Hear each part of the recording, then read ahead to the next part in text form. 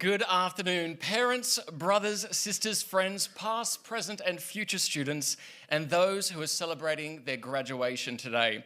Welcome to Melbourne Polytechnic's graduation ceremony for the students that finished their studies in 2019 and 2020. You're finally here! Exciting stuff! We just had you wait a little bit to build that excitement and tension. My name is Ben Murphy. I'm a world record-breaking comedy magician and illusionist, television actor, TV host, executive producer, and overactor.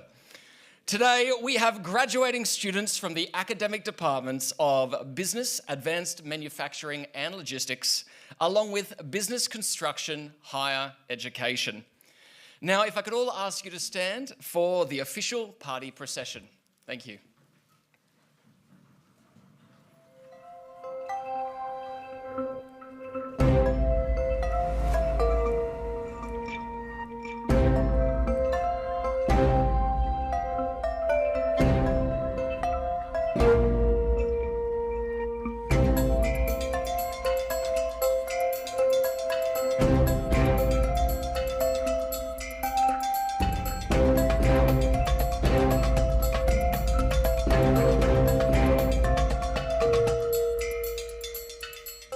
You may now all please be seated for the welcome video.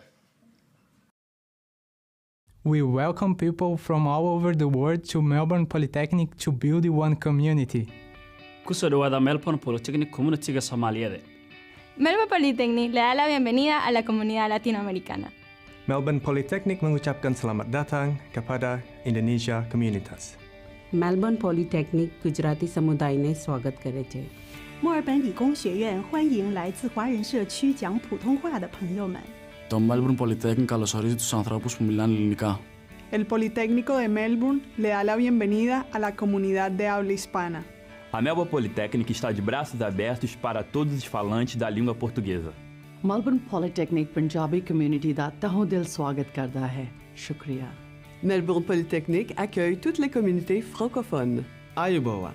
Melbourne Polytechnic ආයතනය ඔබ සැම සාදරයෙන් පිළිගන්නවා. Melbourne Polytechnic и посакува добре дојде на македонската заедница. Melbourne Polytechnic Bangla भाषाभाषीদেরকে স্বাগত জানায়। Melbourne Polytechnic Hindi बोलने वाले लोगों का स्वागत करता है। Il Politecnico di Melbourne accoglie la comunità della lingua italiana. Melbourne Polytechnic بترحب بالجالية العربية. از طرف پرسنل و کادر آموزشی دانشگاه ملبورن پلی‌تکنیک به همه شما فارسی زبانان عزیز خوش آمد میگیم. Melbourne Polytechnic chào mừng cộng đồng người Việt Nam. I ljudi koji pričaju hrvatski su dobrodošli na Melbourne Polytechnicsu.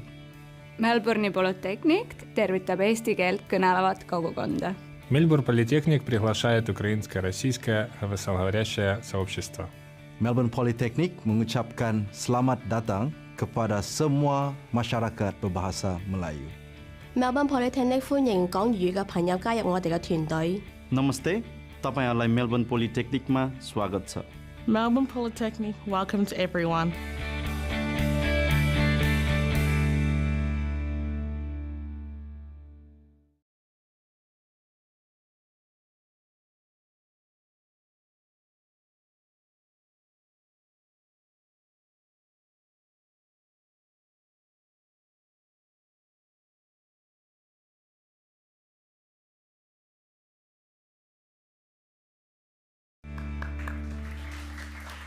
Welcome. I know some of you have family far and wide, some people overseas, so we're very excited to let you all know that this afternoon's Melbourne Polytechnic graduation will be available to watch on YouTube. So you'll be able to catch up, you'll be able to watch yourselves back, freeze frame yourself and all those exciting things. And we are also broadcasting live. We're live streaming. So to those of you who are watching live now on YouTube, I hope you've got a great connection and absolutely nothing. And it's really important for $1 million, which will be very exciting. So I hope you all caught that. It's time to get started. I'm pleased to invite our Chief Executive to give her congratulations and welcome to you all, boasting an extensive history with Melbourne Polytechnic and in the wider education community. Our first female CE was appointed in 2017, and has been in the VET sector since 1986. Please welcome the CE of Melbourne Polytechnic, Francis Coppolillo, who will also do our Welcome to Country. Thank you. Hello everyone and welcome. I'd like to acknowledge the traditional custodians of the Kulin Nations whose lands we meet on today. And for those who are joining us online, I also acknowledge the traditional custodians of the lands from where you are joining us. Melbourne Polytechnic acknowledges the educational practices that have been taking place on these lands for hundreds of years and recognise their ongoing connection to this country. I pay my respects to elders past, present and emerging, and to any Aboriginal and Torres Strait Islander people with us today. Graduating students, members of the board, distinguished guests, Melbourne Polytechnic staff, family and friends, a warm welcome to our graduation ceremony for 2022. Some of you may have attended our virtual graduation ceremony last year, and how liberating it is to see your faces without the confines of a screen. I understand how important in-person events are to all of us, and especially to you today. In this post-COVID world, I think all of us have a richer appreciation of the importance of our collective experiences, and I'm delighted to have the opportunity to share this important milestone event with your loved ones today. Here at Melbourne Polytechnic, our graduation ceremonies are a celebration and a culmination of the lives of the students' journey. It should be said that for most of you here today, your learning journey over the past few years has been anything but typical. Yet you learn to adapt in a changing environment. You access support from your teachers who ensured your learning continued with minimal disruption. And most likely, you also leaned on your peers, friends and family for support when the going got tough. These lessons and these learnings you will carry with you through your lives. In making it to your graduation today, you have proven to the world, but mostly to yourself, that you have what it takes to operate within a rapidly changing world. And let's be clear, rapid change is here to stay, driven by many factors, including technological advancements, economic change, a global pandemic, and climate change. And the best way to navigate change and adapt to an uncertain environment is lifelong learning. As you close this chapter to your learning journey, we look forward to welcoming you back in the future to continue your learning as your careers unfold and evolve.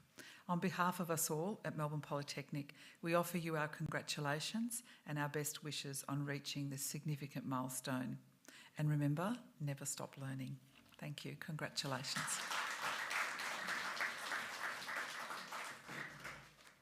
Thank you, Francis. Now, before we begin, a little bit of housekeeping. Please turn all phones to silent and refrain from using flash photography. This ceremony is such a special occasion for each and every graduand. Your friends and family are here to congratulate and celebrate with you all. And an important part of this afternoon is having everyone that is graduating a chance to receive the same respect and celebration as each other. So we do ask that you stay seated until the end of the ceremony. Even if you've already come up and received your graduation and had your photo taken, please make your way back to the seats and remain there until the end of this afternoon. And a reminder, photography will still be available on level 4 after the ceremony for those that have bookings. I'd now like to introduce Mark Blanks, Executive Director of Curriculum, Innovation and Teaching Excellence and Acting Executive Director of Academic Operations, to deliver the academic address. Thank you.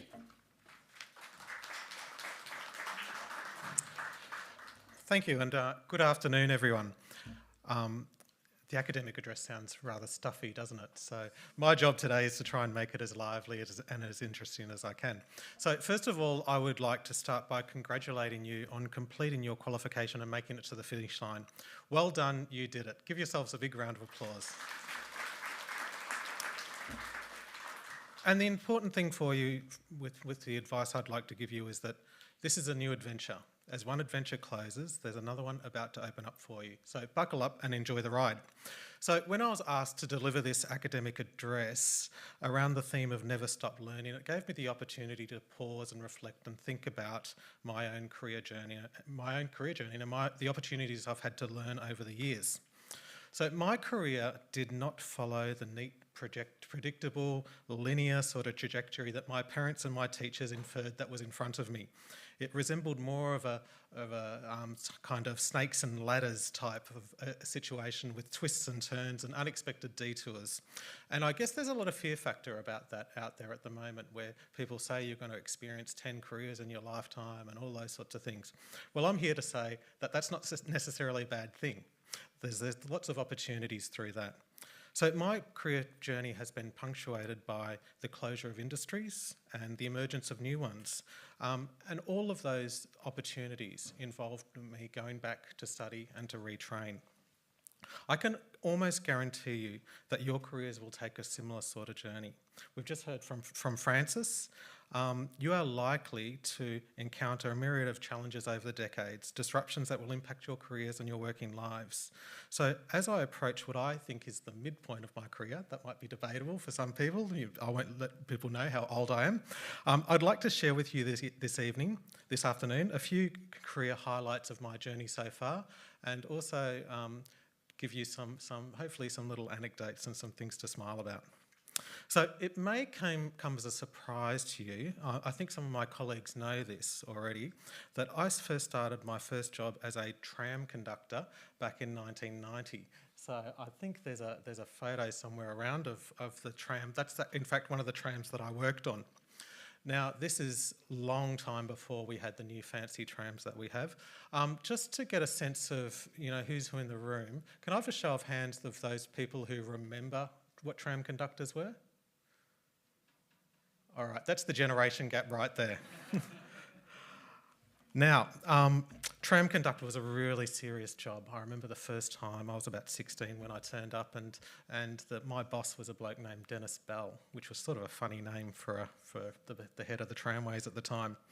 Now, tram conductors, for those of you who don't know, it's a job that stretched right back to the start of the 20th century with the advent of the electric tram, which in its day was quite marvellous. Electric transport, who would have thought that it would have caught on? For the Gen Zs in the room, so maybe for those people who didn't put up their hands, tram conductors sold tickets, actually went out and sold tickets to people and helped seniors and mums and all sorts of people get on and off the tram.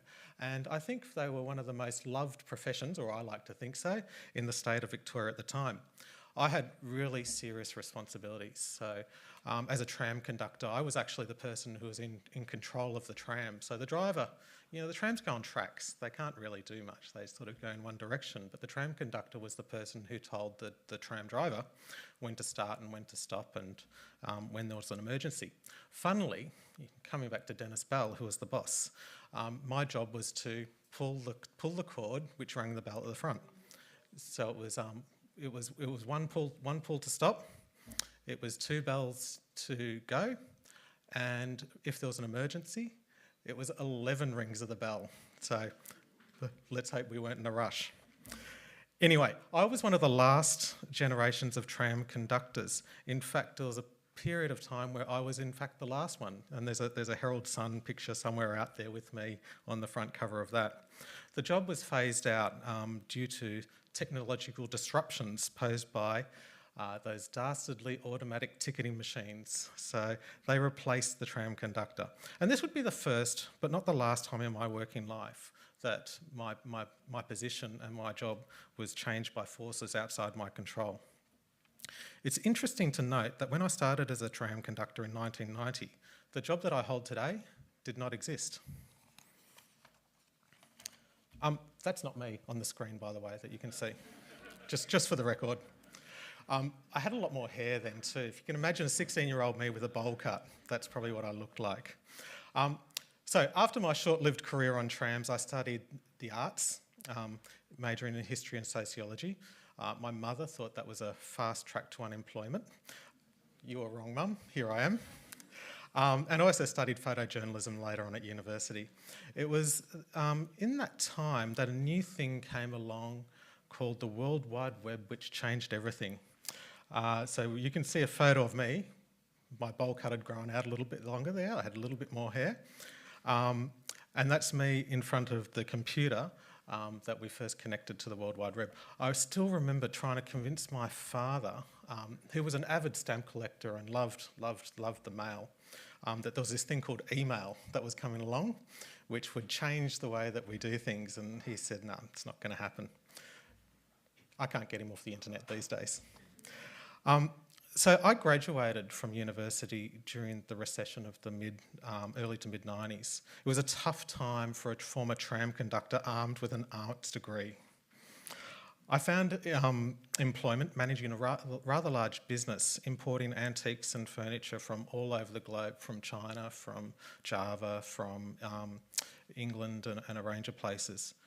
But Indonesia was one of the main places where we imported furniture. But after a few years, a brewing military conflict in East Timor meant that there was an embargo on all imports coming out of Indonesia. This, coupled with a motor scooter injury, meant that my days of hauling Indonesian furniture were numbered. And I think in there you can see a photo of me with some hair. You can see that I'm not carrying any sort of baggage here. And the motorcycle injury that actually put me out of action for 6 months, as I had to learn how to move my arms again. So that was career number 2, which bit the dust for me. So what did I do? I took a stock take of my skills. I found that the skills that I learnt at university in something called Photoshop were actually quite useful. And I picked up some freelance work in photo editing. There was actually a time when there were very few people who could do digital imaging and digital manipulation, and I did quite well out of that for a while. While I was doing that, I took the opportunity to study a grad dip in computer science. And for those people who've studied IT here, I know what it means to be, looking through some code that you've compiled in Java, and you just don't know where it's going wrong, and it's the day before the assignment's due. So this was followed later on by a graduate diploma in education, which I completed in 2002, and I set my sights on becoming a secondary school teacher. So the next photo you'll see is a photo of me as a teacher, still got hair. My teaching career took me from the classroom to a stint as a school principal, as well as a side hustle as an education writer for Fairfax Media, and then 10 years as a lecturer in education for pre-service teaching at La Trobe University. Then this opened up a wonderful opportunity in the Department of Education, which I was working for at the time, working on a global project evaluating the future of education, and then developing tech schools, which ultimately led me here at Melbourne Polytechnic. So as you can see, my career journey has been like a game of snakes and ladders. It's been a wonderful and exhilarating and at times a scary ride. There's been some uncomfortable positions, such as when I had that motorcycle accident where I wondered, what will I do next? There's been times when my career has been buffeted by forces of change outside my control. But I can tell you, for every challenge, every job closure, and every dead end, there's a new opportunity to be found. Further education and retraining gave me the keys to unlock the doors of every uncertainty and create that opportunity. So for those of you who are taking the first steps in your career, or the next steps in your career, remember that the job you have 10 or 20 years from now most likely does not exist today. And that's okay. Navigating disruption and career change can be tough, but it can also be amazing. Be open, be curious, and be up for the adventure. Regardless of whether we are childcare workers, bricklayers, artists, teachers, or even long-forgotten tram conductors, all of us are lifelong learners. Wherever you are, wherever you go from here, remember that you have what it takes to learn, you have what it takes to succeed, you have gained a qualification, and that means something. You will adapt, you will evolve, you will grow, and you will be amazing. Trust me, you are ready for whatever happens next. Thank you.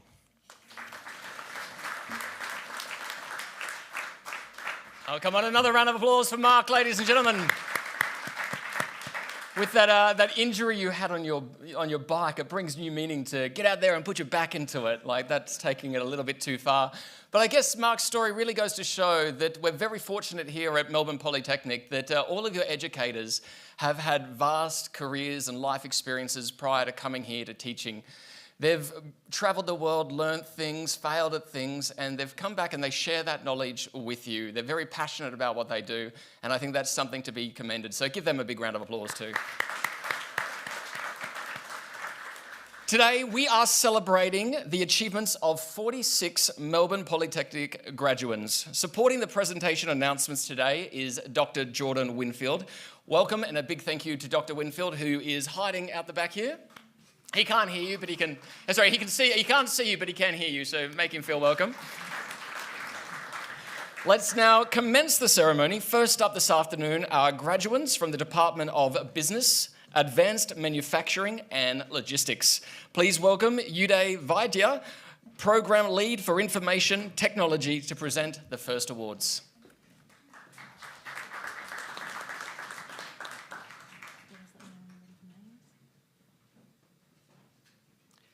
The graduates for Certificate 4 in Cybersecurity are Wenzel Antonio,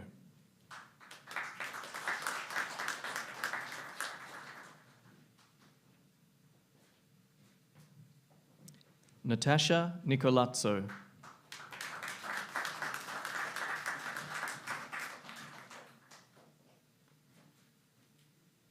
Reynaldo Orilla. This student also completed Certificate 4 in Information Technology.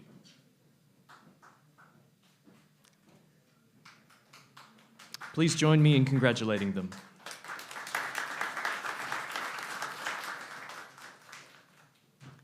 The graduates for Diploma of Information Technology are Roshika Adhikari,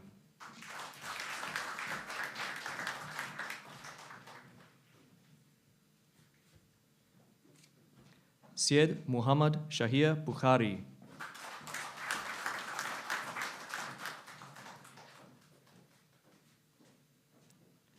Elabada Chamodi Diniti Fernando,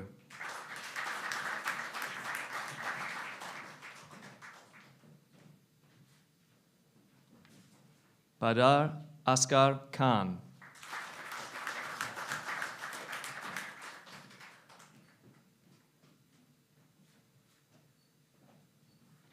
Marie Julia Shudeen. Please join me in congratulating them.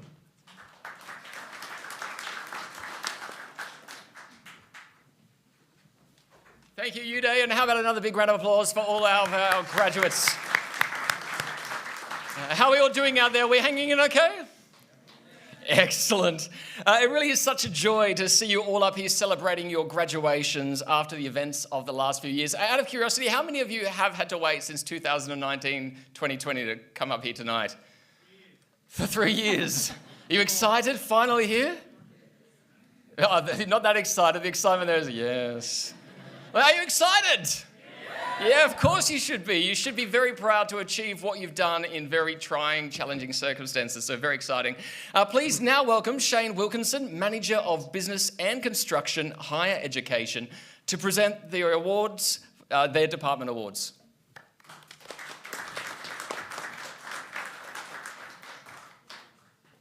The graduates for Bachelor of Information Technology are Priyanka Garg,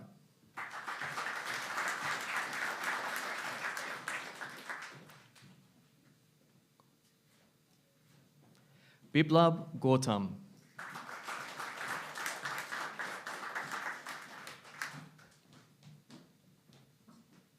Ryan Homer Gutierrez,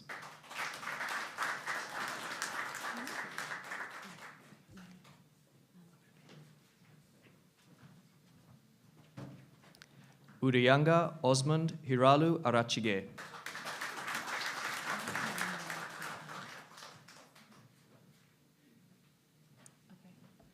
Tashrif Islam,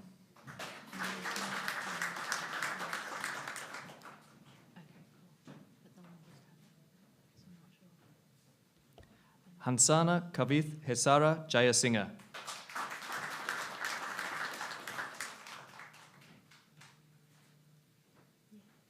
Suraj KC.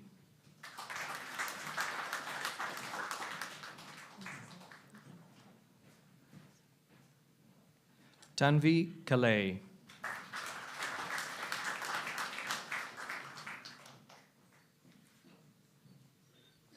Subhash Kandel.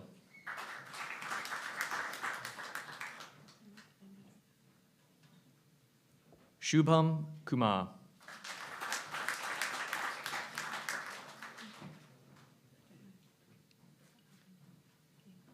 Ruchira Madhushanka Lianage.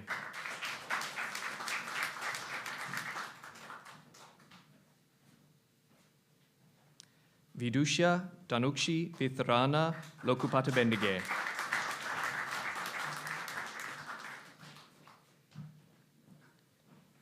Muhammad Safwan Nasim.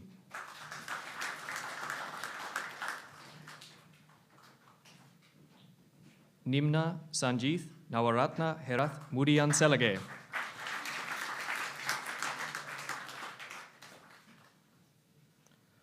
Trong Bik Nguyen.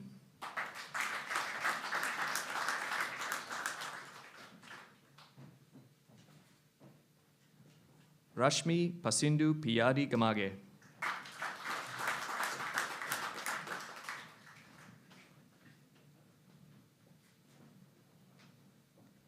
Pradeep Prajapati.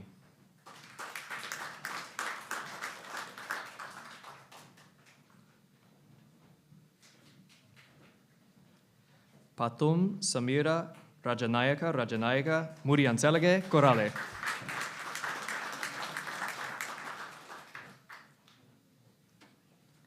Andres Felipe Sanchez Montoya.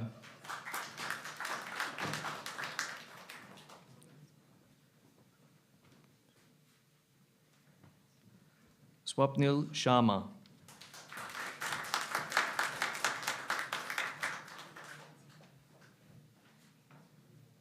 Anamol Silwal.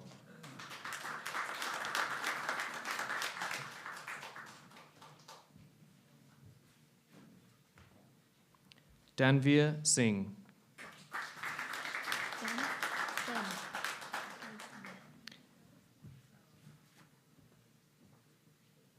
Jaswinder Singh.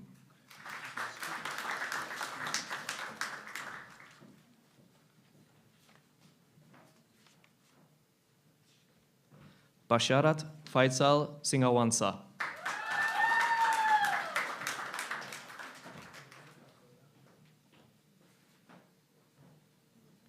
Supikaran Sivananthan.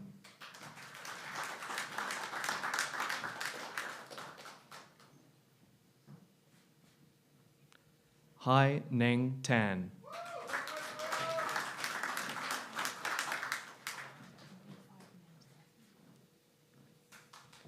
Mufti Ahmed Tanzil.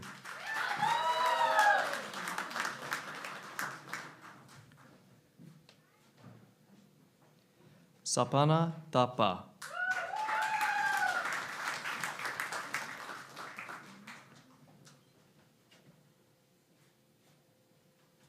Harin Chandula Siriwardena Tudagala Arachige.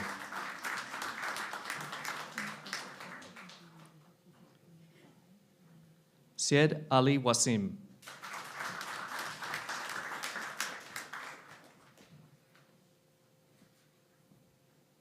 Brahak Manage Dinusha Tushani Lourdes Wijewardena.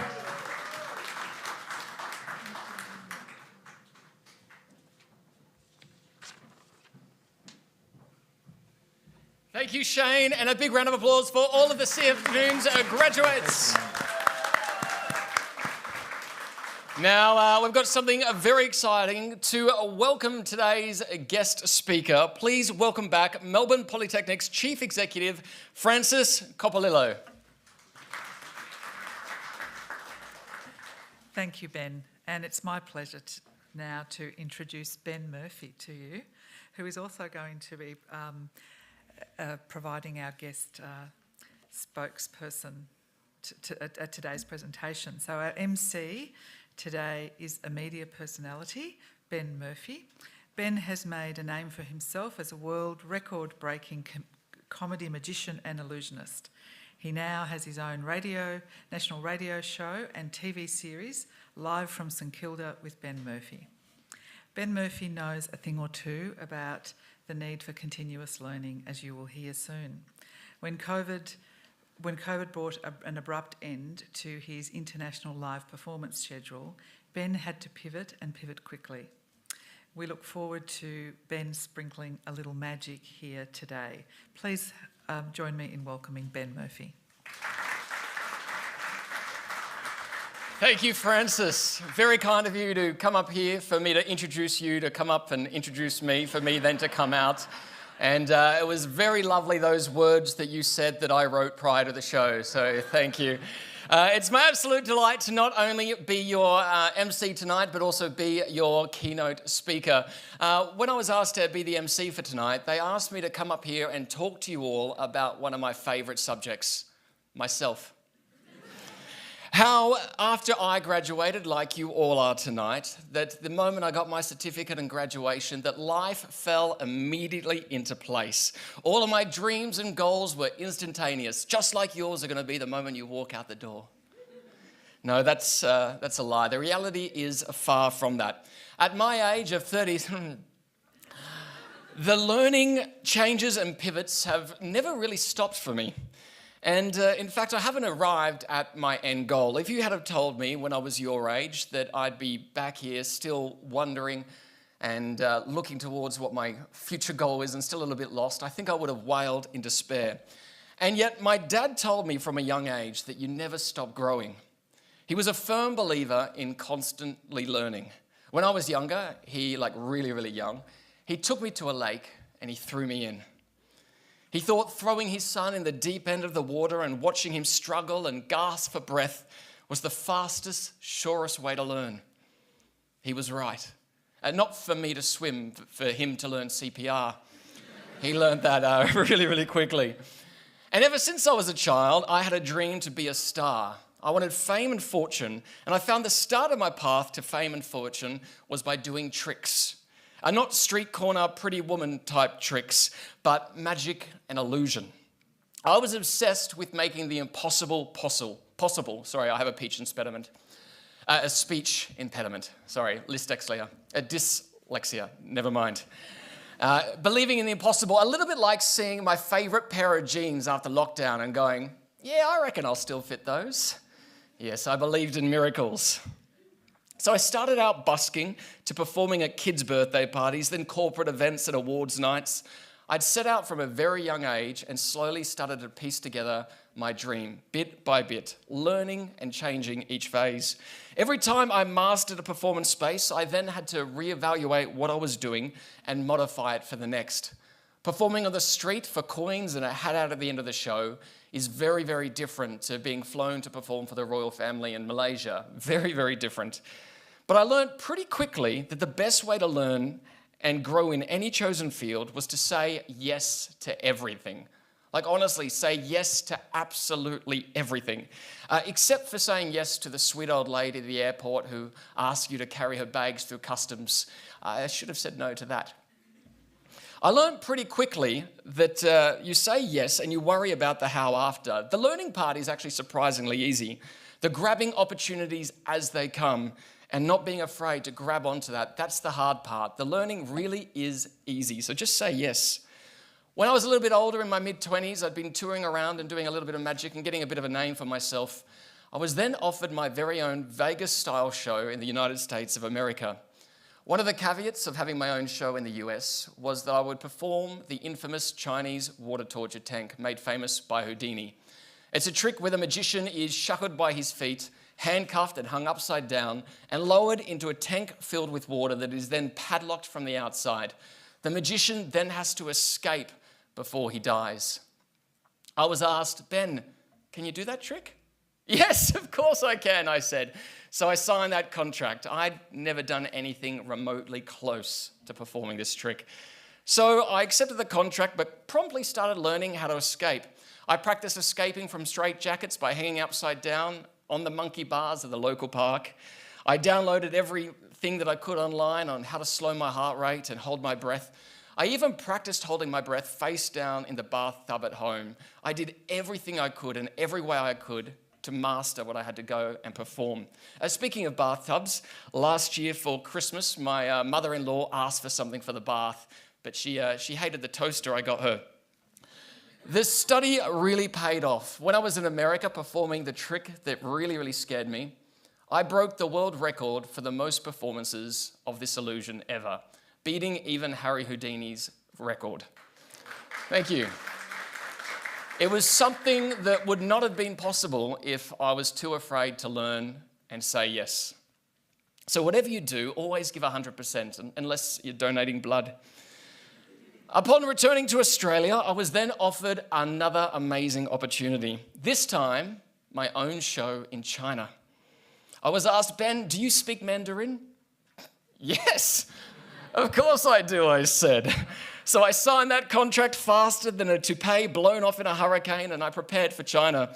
The problem was I'd never been to China. The closest I'd ever been was having sweet and sour pork at the Westfield Food Court. Let alone speak it. I was in deep trouble. So I downloaded absolutely every language app known to man. I went to short courses to learn Mandarin, and I had my script for my shows translated to Mandarin, which I then started learning verbatim. It was a lot more difficult and a lot harder than I first anticipated, but that study and that hard work and preparation really paid off. I ended up touring China for 8 years. And while over there in China, I also went to Mongolia, where I had 2 primetime television specials. The best part about performing in China is the Chinese audiences love magic. Like, they really, really love magic. They're the best audiences in the world. They also really, really love buying merchandise. And my merchandise is made in China for about 52 cents each. And when I tour China, I sell it back for about $10 US. I cannot stress how good that was. It's a pretty special place to be. I was having the best time touring the world, being super famous in China and having a great time. But after 8 years, I wanted to push myself again. I wanted to try something that had nothing to do with magic and illusion. But the curse of an entertainer is you live gig to gig, paycheck to paycheck. And all of my gigs took me overseas. And they didn't allow me that chance to break and take a chance at something new. So at the end of 2019, I decided that I was going to retire from the world of touring in China and try and be successful here in Australia. So I signed my final contract. It was for 18 months. I thought that was long enough that I could plan and prepare during that 18 months for what I was going to do when I came home. And it would also allow me a chance to slowly say goodbye to the career that I'd known ever since I was young. I came home for a very short month break, a little breather before I returned to China to start my 18-month contract in March 2020. Well, we all know what happened globally in March 2020 and the many lives affected. For me personally, I lost my contract and I didn't get a chance to say goodbye.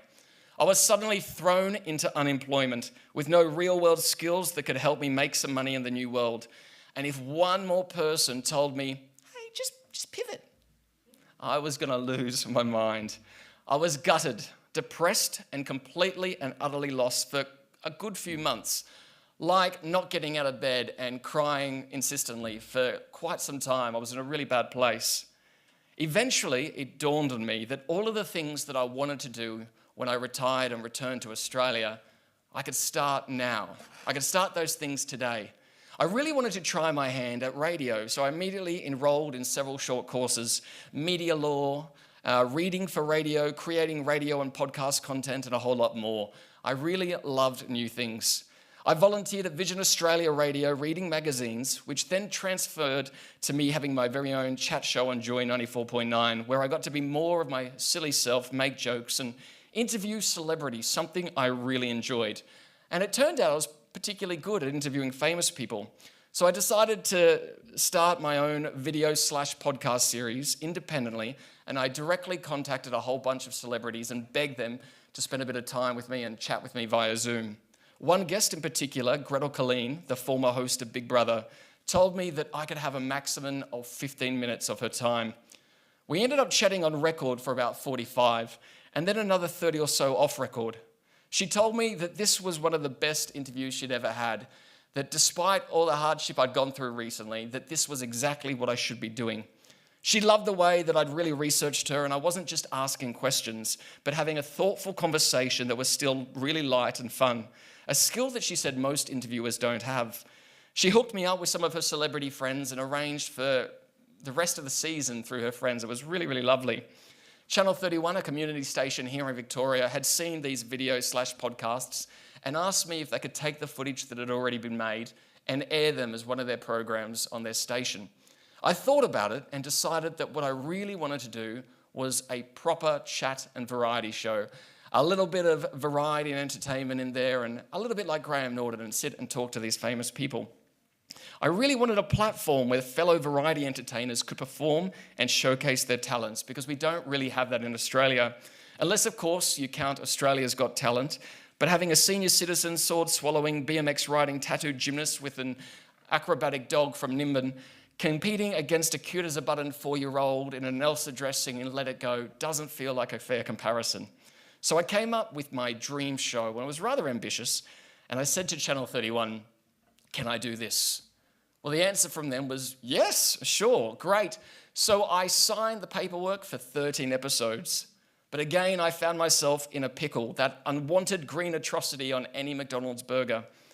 I kind of had bluffed my way in, but the reality was I had no cameras, no crew, no editing experience, zero experience in producing a TV show or hosting a TV show. I had no money, but I was now legally bound to produce 13 episodes. So research and learn I did. Every phone call, messages, GoFundMes, begging for people's time and advice absolutely consumed me for the next few months. Here's the thing I learned. If you need advice from a professional and approach anyone in a place of power and knowledge, and you approach that person with respect for A, knowing who they are and what they themselves have achieved, and B, are able to approach them with a clear, concise reason for you contacting them and what it is you want from them, almost everyone will offer you some time and advice. That was the thing that really shook me. These people who I thought, there's just no way I can talk to them. You just reach out, contact these people, tell them who you are, and be honest, and almost everyone is going to give you some time and advice. It's truly, really, really amazing. So the old saying that there is no stupid questions is 100% true. I was making a TV series with zero experience of TV, but a wealth in putting on a show and organising crews. In my mind, it was exactly the same thing. The only difference was the medium had shifted from live performance to TV. My honesty and blind faith in what I wanted to achieve was admired, and people were excited to see if I could pull it off. I'd won them over by being prepared, kind, enthusiastic, and always confident without being cocky or arrogant. Before long, I had a venue to film in, a production company, 7 cameras, sound equipment, LED screens, graphics, logos, music composed for the show, a team of 36, and almost all of it was free and volunteers. Absolutely mind-blowing. Those initial 13.5 hours were a hit, and immediately another 13-episode season, with each episode extended from half hour to an hour, was ordered. However, at the same time, I then signed that contract for 13 more episodes. I was offered my own breakfast radio show on ABC in Perth. Yay, some money. I got very excited about that. I was then also asked to return to China, the place that I didn't get a chance to say goodbye to. To convince me to go back to China, they even offered me a little bit more money. It would have been more money than I'd ever received for a contract in my life. So I found myself in a bit of a pickle of what to do. ABC, China, or a gamble on some little community TV station. We filmed season 2 of the TV series this year with a live studio audience. We had publicists contacting us asking if their clients could be on the show. No longer was I begging them to appear. People had seen series 1, enjoyed the show, and were impressed with the quality. We were also getting over 120 to 150,000 views per week, more than Neighbours, which is why we were on air. But we had guests from Miriam Margolyes, Vanessa Amorosi, Dr. Carl from Neighbours, they needed some exposure, Toddy Goldsmith, The Real Housewives of Melbourne, Isaiah Faye-Brace, Peking Duck, and a whole lot more. We got on more platforms as well. Not only were we on Channel 31, a community station, but we were also on 44 in Adelaide, Face TV in New Zealand. We had spots on Fiji and Vanuatu TV. We even got a spot on Foxtel here in Australia.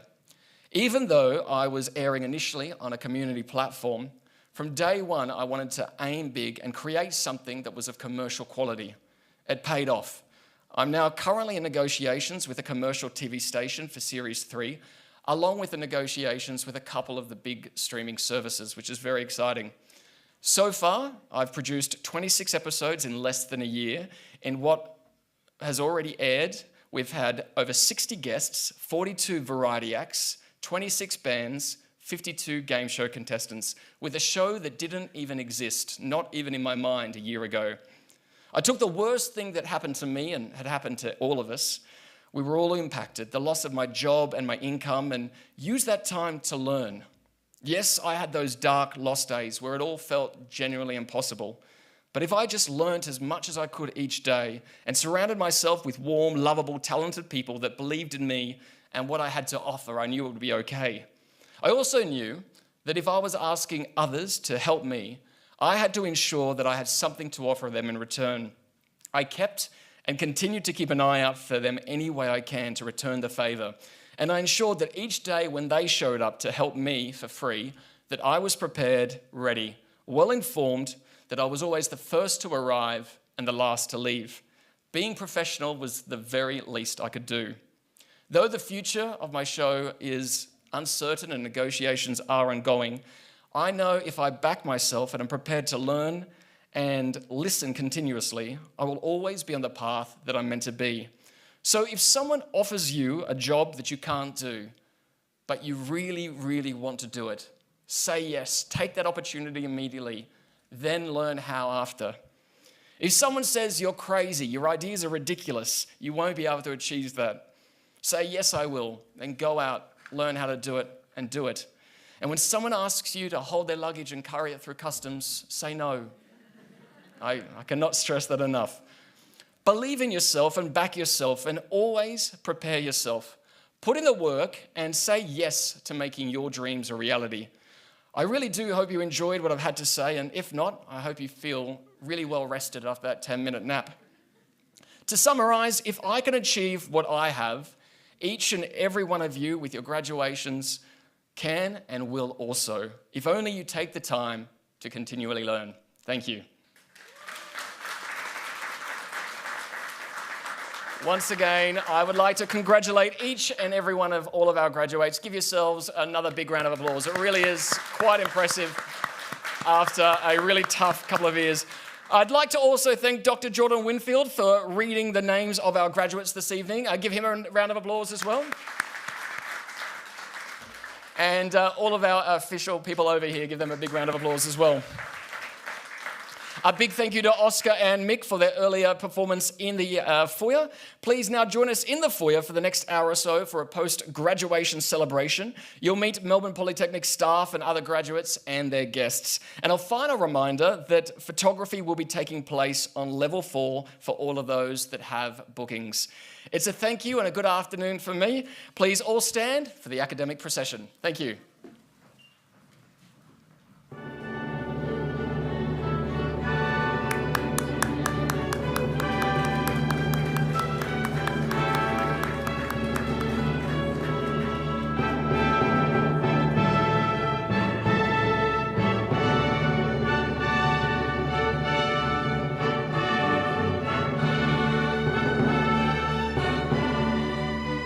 You did it! Now go celebrate! Congratulations!